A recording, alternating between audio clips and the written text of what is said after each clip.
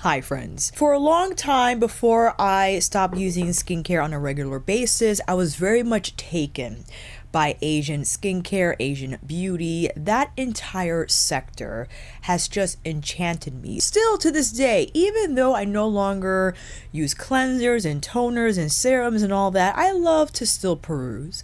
I still like to see what's out there, what's on the shelves, what's going on. But I was not ready. I was not ready for a few products, but one in particular being a lip product. And by this time, I already would have liked to have uploaded my Prada Beauty Balm video, where you can see up on the link here or down below in the description box, where I compare the Prada Beauty Natural Enhancing Lip Tint to Lisa Eldridge Balm Embrace.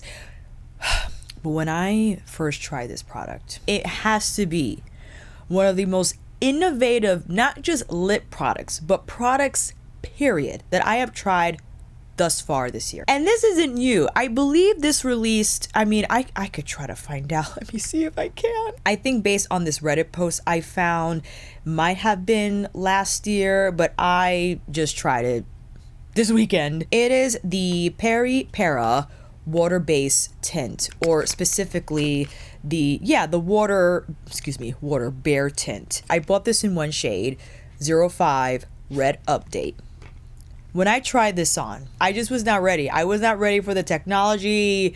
I wasn't ready for the feel, okay? And allow me to apply this now, all right? By the way, I have Lisa Eldridge Shape and Sculpt in 2N with Prada Beauty's Enhancing Tint in Noisette, if you're wondering. So we're looking at a tint. This is the component. You have frosted plastic with Peripera etched here on the front, and you have water bare, yes, water bare here on the back for the product name, and a clear cap where you can see the screw detailing. This is the doe foot. You have a triangular slant, right? And the texture, you can see thin, lightweight.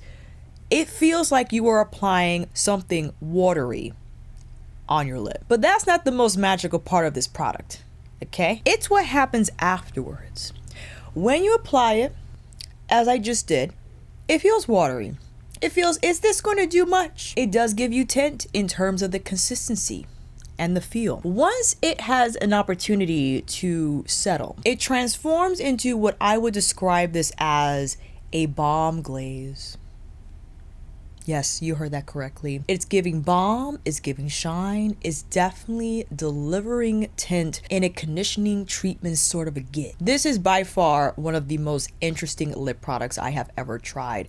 And the color is just sensational. I was thoroughly happy with Red Update because I have a little bit of makeup on, all right? I got the skin tint on from Lisa, mixed in with Makeup by Mario's bronzing serum in medium. I threw on the Saie bronze, tapped on some Suqqu cream touch lip in S01 Kamistu, the beige shade.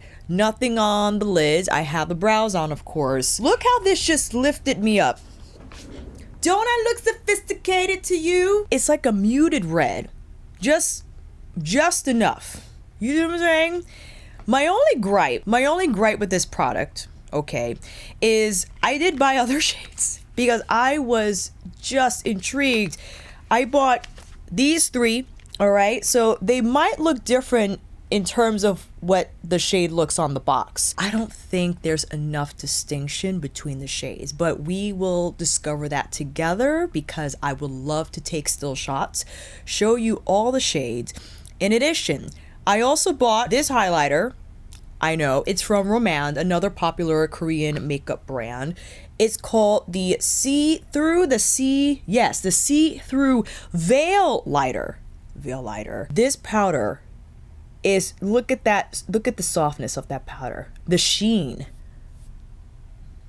We're gonna get into that. I also encountered the JudyDoll Play Color all-in-one palette for full face. Now, you know that a lot of the Korean makeup shades are not the deepest, but I ignored that because, yes, I might not be able to use this shade as blush, but I was very much intrigued by this texture here. It's like a pressed astral. You see how sparkly it is?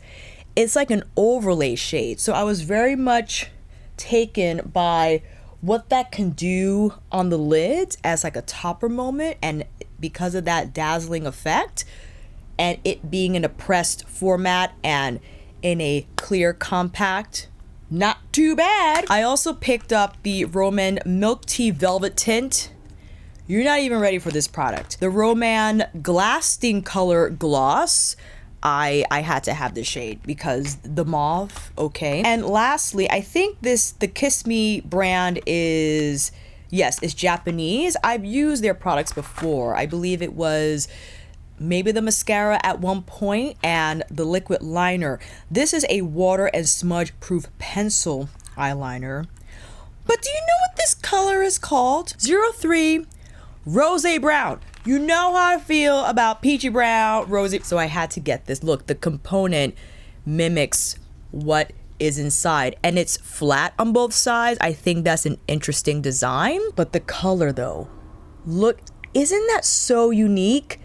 Oh my goodness. So we're gonna get into all the demos. We'll swatch the Water Bare Tint, compare it to the other shades, go into the Velvet Tea, the gloss, this little guy, and the highlighter. Does that sound like a plan? So that means it's time for you to come in a little closer.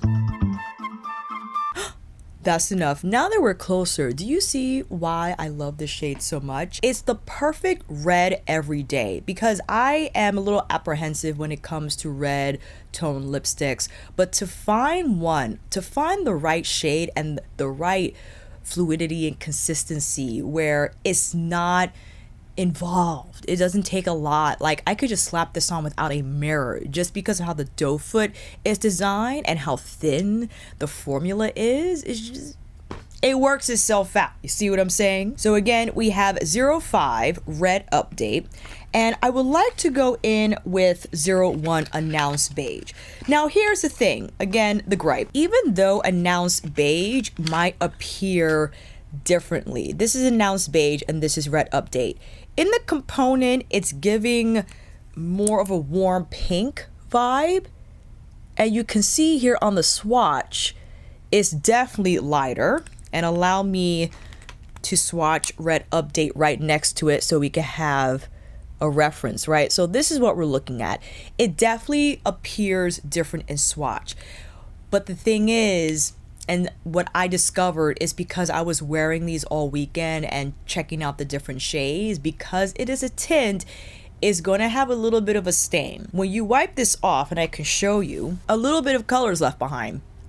You see what I mean? If I apply 01 Announced Beige on top, it's going to have a little bit of this red left behind. But I have to say though, my lips feel soft from this tint. I love how my lips feel. There is a little bit of a taste. If you do happen to taste it, it tastes a little bitter, but as long as you're not poking the doe foot in your mouth, you're fine. And it dissipates. It doesn't have that taste throughout the entire wear time. But this is what I mean, and why I think you probably need to use like a waterproof makeup remover to fully remove the color entirely. And for me, this instance, so you can, or we can see if there are any distinctions between these shades. And I actually might have to put on some concealer because this tint don't look at it, even though I use my makeup remover. So that might be a no-no for you, and why I wanted to film this video, you know what I'm saying? And here's 01 Announced Beige. I'm happy we removed Red Update with the makeup remover so we could truly see the color of Announced Beige. Now this is giving more announced pink on me.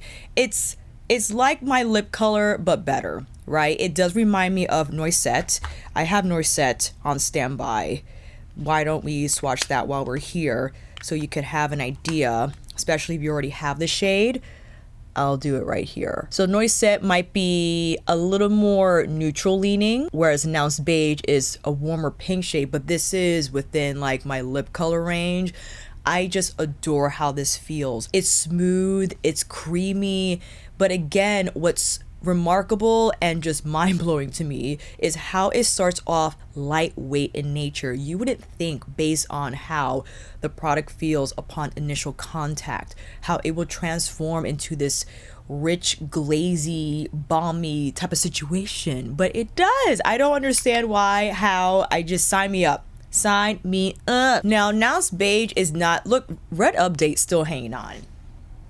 I'm not mad at it, but boy, oh boy. I'm using the Bifesta, my favorite Japanese eye makeup remover, because when it comes to using Korean and or Japanese types of mascara products, they don't come off. You ain't gonna get that off with Bioderma. I don't even think you're gonna get that off with the Lancome blue stuff. You gotta get a dedicated Korean or Asian makeup remover so it can remove that type of makeup that don't want to come off your lashes, okay? Softly Brown. I needed to get Softly Brown, but you know what? Let me go in order. Calm down, Alicia. That was 01. Well, I didn't really go in order because Red Update 05, so whatever. 02 is Universal Coral. This is the first one I swatched in store, and I decided to buy Red Update instead. But you can see, based on the difference here, this definitely more coral, and I think by default will appear a little more red. Universal Coral is just gorgeous. Now, I'm happy that we have these still shots because this kind of looks like 05 Red Update, but not as red. It's not giving the same shade, but it's almost there. A little more desaturated and maybe slightly more pink leaning, but I love this shade for everyday as well. If I do want a more of a red tint to the lip, 02 Universal Coral is gorgeous. I have to say though, just based on the box though, it leads you to believe that it will appear more pink, but it's giving a little more red. You see what I'm saying? And why I wanted to make sure I removed 05 thoroughly so the tint wouldn't influence the color of 02, but I think that's what's happening a little bit. Despite that, beautiful shade. Maybe Red Update was a little too red for you and Universal Coral is just where you need it to be. And again, when I remove it, it's still there. That might be the deciding factor for you, right? Where you don't want your lip products to linger, all right? Once you take them suckers off, you want them to be off. This is still tinted slightly, a little bit. Maybe if I use Vaseline, will that pick up more product? We shall see. That's a little better. Again, I'm just whipping across some concealer so we can even out the area surrounding the lip. Softly Brown 06, had to have it. Again, I think hard to tell. You can tell the difference between the swatches, but once on the lip, I feel that's where we get into nuance, and it's hard to tell, right, the difference. Although it looks red brown, I guess it does look a touch browner than Red Update. I'm filming this without seeing the stills in front of me, so make sure you check out any notes that I plan on the footage, because once I see everything in action and once I see the colors side by side, I could form a more substantial opinion about it. But you can see that they have a similar feel. I think the most distinction we saw was 01 announced Beige. That was the lightest color out of the four that I have and looked more warm pink as opposed to red brown, desaturated red, muted red. If I were to pick, I don't know, 06 Universal Brown is beautiful as well. It kind of reminds me, well, Maple from Prada definitely is more brown, right? So if you want it more brown from a shade within the same depth category, this will be your bet. I think one of the differences stand out is the Water Bear tint has more shine. It has more shine than the Prada Beauty. I think it has more shine than Lisa's, to be honest, from the Balm Embrace line. Same amount of shine as a Suqqu. Suqqu Moisture Glaze, I think same level of shine, except the price. All right, so unfortunately, because I bought these from different stores, since they all had different shades and whatnot in stock, the cheapest was $10. And you can also find this product on iHerb.com for $10 because Cosette charged me like $12 and I think another store charged me like $13. So if you want to order these, $10, $10.99 is where they sit. $9.99, $10.99, reasonable. That's higher end drugstore, but it's worth it. It's worth it for this type of product. The color, the texture, the feel, everything about this, I think very much worth $10. And yes, I paid a little more because I was impatient and I wanted to see the colors in action from the testers and all that. So if you wanted to save a few dollars, definitely order either from iHerb or from Amazon. I think, how much do these cost on Amazon? I'll let you know down below. But I saw iHerb carried this brand, particular Peripera. I think it was like $10.49 was the most reasonable that I saw. Moving on to these guys. I'm making that face because wait until you see the stupid milk tint in action. And that's the Softly Brown taken off. You see what I'm saying? There's like a tint left behind. But I'm not mad at that because that means even if the tint itself wears, is no longer shiny, but there's still color left behind and the lips don't look dry. They feel soft actually. I'm telling you, man. I'm telling you. I'm still using the Bifesta because I don't think this is going to influence how the Milk Velvet Tint is going to appear, but just in case. Romand is another popular Korean makeup brand. This is from their Milk Tea Velvet Tint line, and I believe there are 5 shades in all. I saw that Earl Grey tea there was only one left, and of course FOMO got me, and I'm like, well, I gotta get the one everyone wants, okay? 08 Earl Grey tea. When it said soft and mild milk tea shades melted into a tint. I don't quite know what's tint about this because when I applied this for the first time, and allow me to show you the component again, frosted plastic with the brushed gold cap and Romand here in big lettering. This ain't bad for drugstore price. All right, this I believe was $13. The packaging is sensational, but look, hold on, does that look like a tint to you? Let me know down below because it is not to me, but that's fine. I'll apply this. Sorry, I didn't show you the doe foot. Similar doe foot to the Peripera water base tint. I know. So this is not as, I wouldn't say it's not as user-friendly. Not that it's less user-friendly, but you have to be, I think, a little more careful because of the texture. It's not as easygoing as the water bare tint, you know what I mean? I'm just tapping here the edges so the product can lay flatter. Is this not one of the most beautiful shades you've ever seen in your entire life? And I know the shade exists, okay? I was just, take a moment, baffled by the moussey rich texture, how soft it feels on the lip.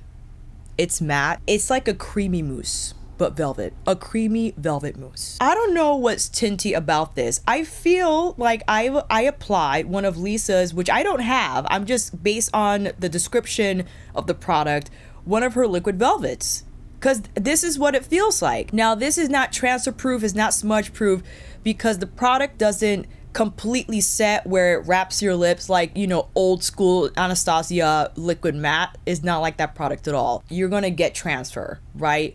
But it does have a little bit of that blurring quality about it where it just softens the lines of your lip, and despite it being a matte finish, it is beautifully soft on the lip. It feels good. I'm ready for autumn.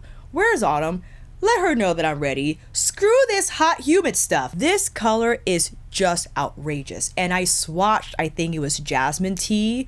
It was a muted orange shade. It looked so beautiful, but I held back. I'm like, enough. This is the most amount of lip products you purchased at one time ever in your life. Calm down. But I might have to get that one. I am so impressed, delightfully so, by this formula, by the color. Look at my lip. Look how soft and blurred they look. Look at the shade family. I just want to leave this on for the rest of the video, but we got to get into the gloss. We will show the gloss, and if we have to, we'll apply Earl Grey again. It's fine. But $13? $13? Here's the thing. I'm not opposed to buying drugstore priced makeup, but I feel like Korean and Asian drugstore priced makeup is superior to the US. Even the packaging is superior to our drugstore makeup packaging. Don't you think? Am I crazy to think that? The same opinion I hold for Japanese and Korean stationery. High quality items, not expensive, whereas we just get 5-star. Like, no. I do not sign up. Do not sign me up. This is gonna be a little messy, okay? Because we had a lot of color on the lip, but it's all right. We're gonna figure it out. I definitely have to apply concealer around the edges since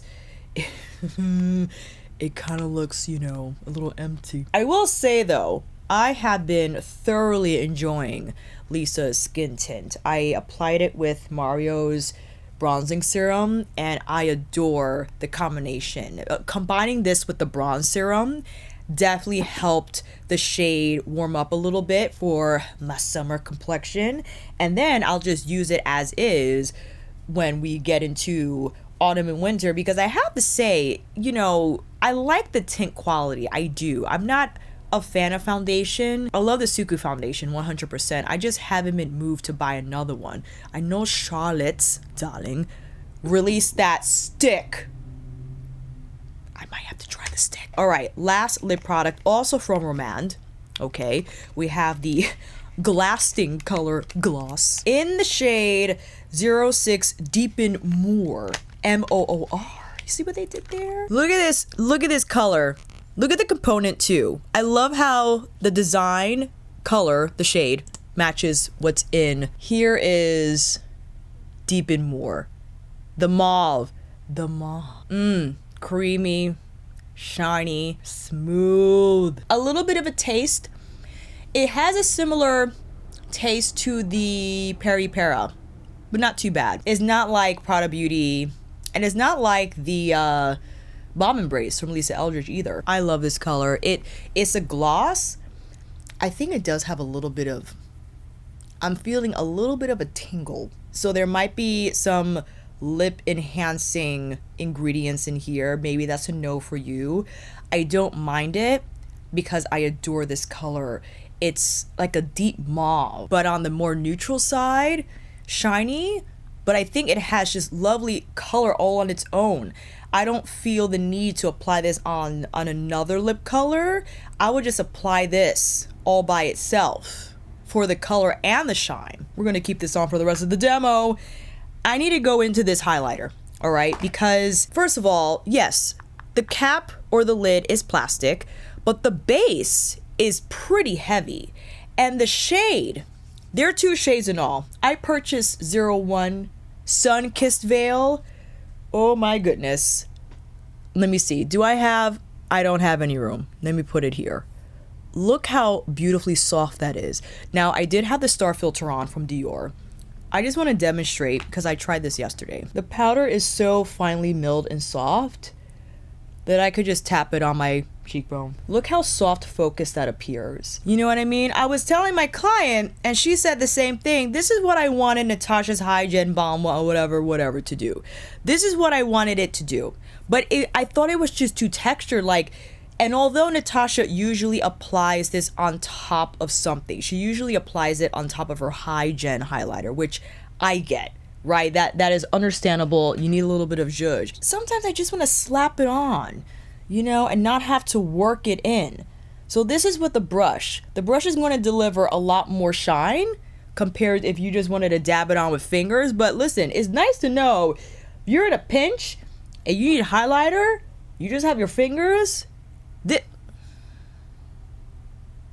Okay. The other shade is like more of like a pink, like an icy pink.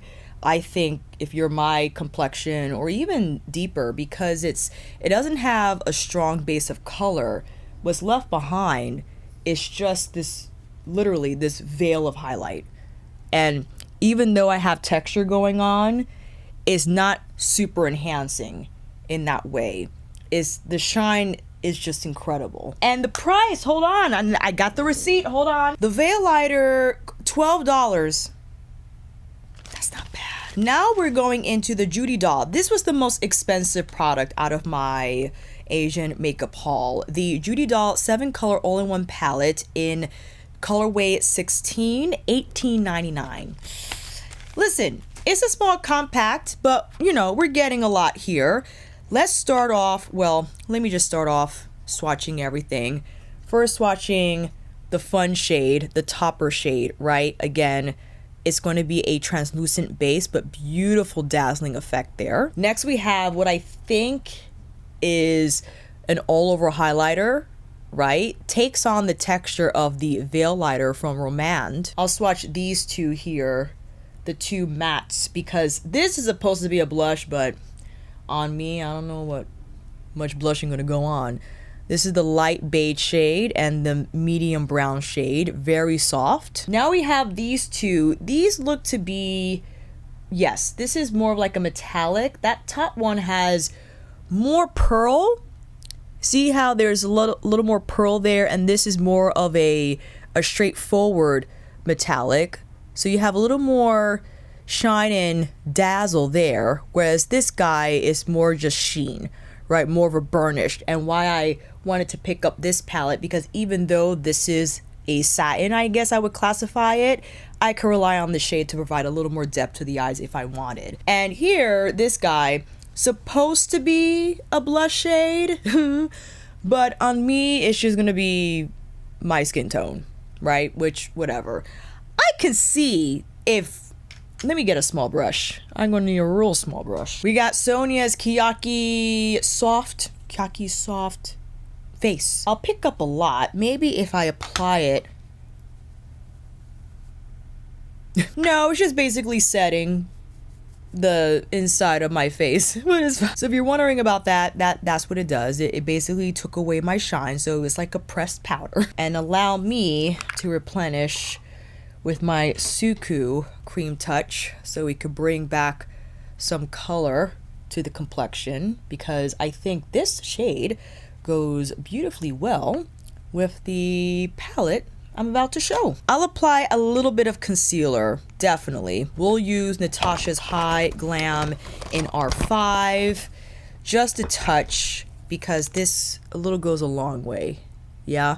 But I wanted to start with a lighter base, so we got somewhere to work from with these shades. Let's start with this sandy brown first. And I'm taking my Bobo and Yoshiki collaboration brush here. I'm first tapping on the outer edge. Natasha's mattes definitely have a little more coloring to them in general, where you can see the color, I think, a lot better through my crease.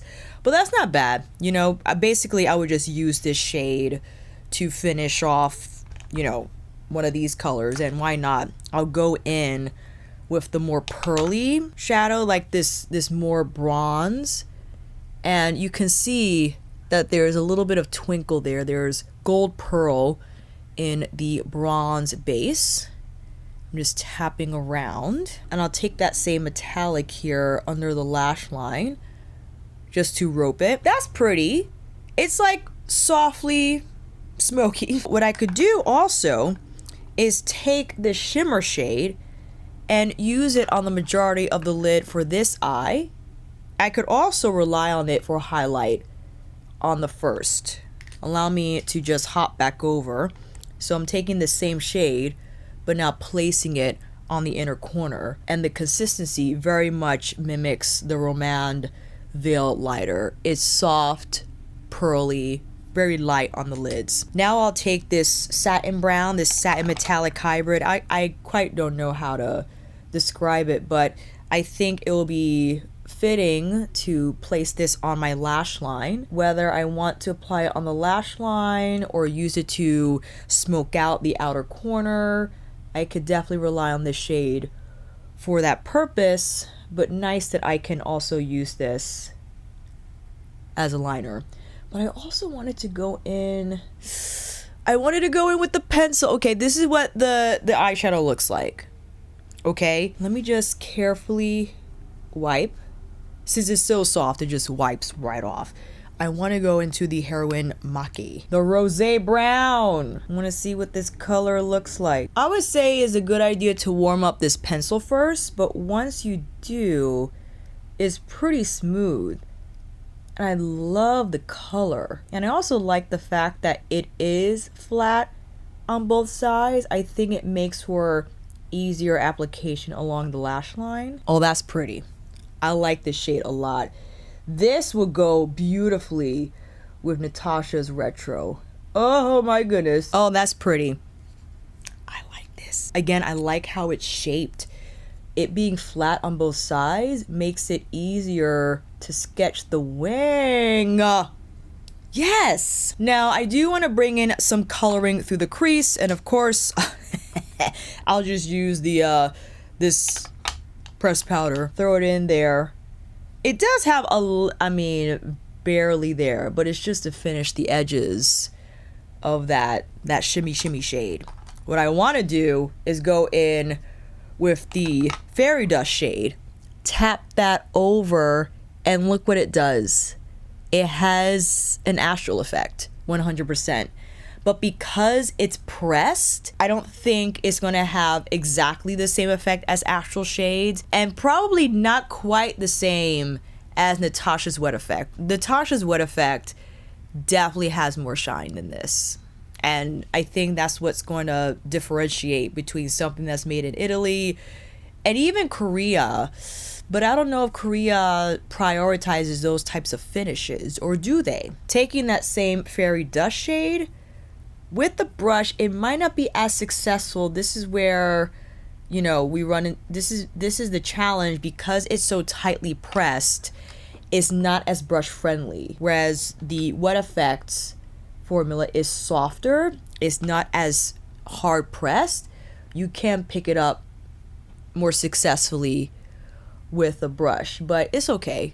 I just need a little bit here to pounce on the inner corner. And we have a bit of a bonus product. This is not an Asian makeup product, but it was recommended by one of you. I think might have been in my blushed out video where I reviewed the Haus Labs Glossy Bombs with the Denona Low Light highlighter.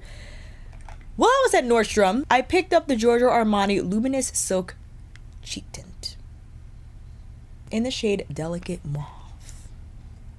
Let's apply Delicate Mauve. I know the eyes are beigey, okay, but I just want to show you how beautiful this color is. I wasn't expecting it to be as soft and subdued as it was, because the other colors I thought were just too light on me. It was like the peachy shade, and yes, they do have like a watermelon shade, but I felt because I already had Tangelo, I didn't want to overdo like the watermelons and the tangerine shade, you know what I mean? I wanted to go with something that I already didn't own, kind of. Now this would go beautifully with Glossy Lilac, and this is what it reminds me of. This is a color, this is a component.